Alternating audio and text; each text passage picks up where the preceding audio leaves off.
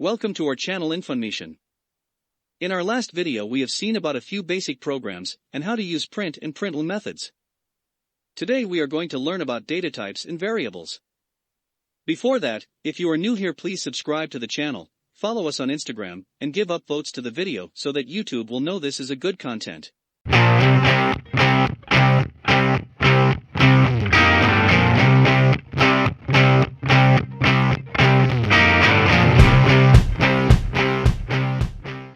What is a data?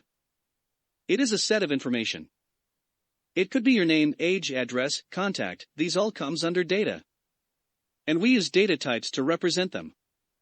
There are two types, primitive data types and non-primitive data types. Let's see about primitive data types. These are system-defined and they are of 8 types: Boolean, char, byte, short, int, long, float, and double. Here memory of a Boolean is 1 byte and it is used to represent the true or false statements.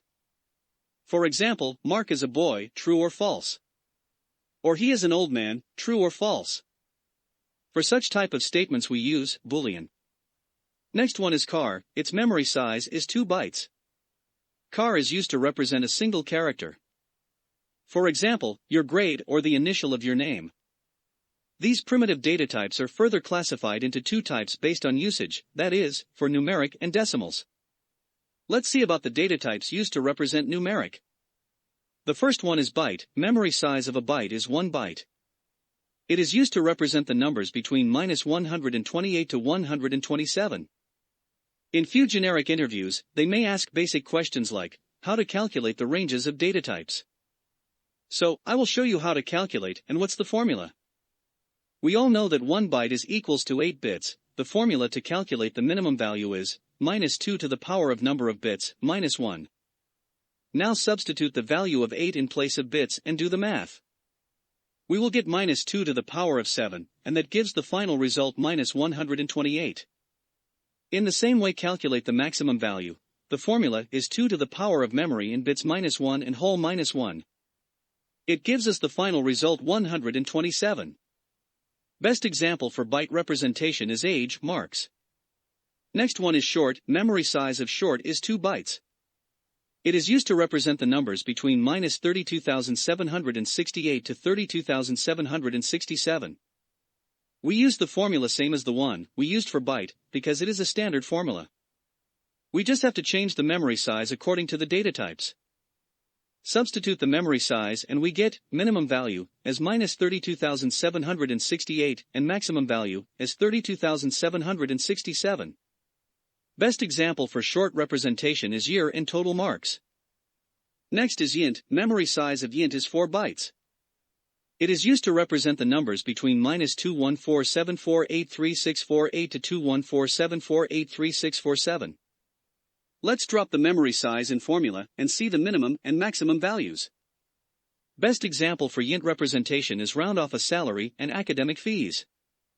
And the next one is long. It is used to represent the numbers more than minimum and maximum of int values.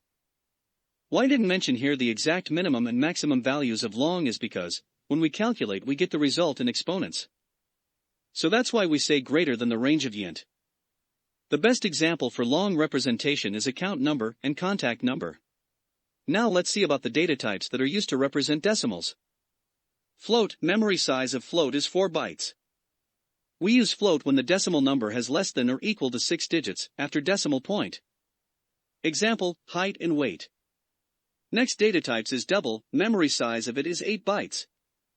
We use double when the decimal number has more than 6 digits after decimal point. It is used to represent bank balance. Let's see about non-primitive data types. There are 4 types of non-primitive data types: string, array, object, and collection. We will see about string for now, because in this module we use only string. It does not have a specific memory size, and it can store group of characters, alphanumeric and special symbols. Example, date of birth, address, social security number, etc. There are a couple that you should remember, that is, all primitive data types must start with smaller case letters. But in string, S should always be capital. We use these data types to represent the data with the help of variables, which are used to store the data. About this variable you should remember that they are represented in two ways, variable declaration and variable initialization. The syntax for variable declaration is datatype space variable name.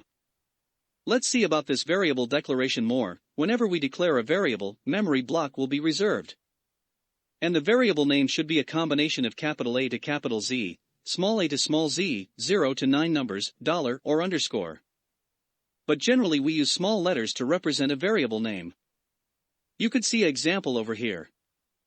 About variable initialization, when we give or initialize a value, it will be stored in the memory block, which is already reserved, when we declared a variable. The syntax for variable initialization is variable name equals to the value. Let's see what are the rules we should follow when we declare and initialize a variable. First one is, for byte, short, int, double and boolean data types there are no rules. For char we should keep single quotes, for string, we should use double quotes. For float, we should use small f or capital F after the value. For long, we should use small l or capital L, if the value is greater than 21474833647. If the value is less than 21474833647 then it is not required to use L. Basically, we should declare and initialize a variable in two steps.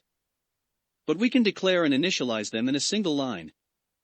Syntax is, datatype space variable name equals to the value, and end with a semicolon.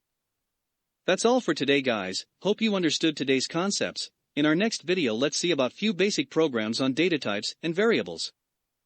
Thank you for watching till the end people, don't forget to drop a like and share it with your friends on your way out, see you in the next video.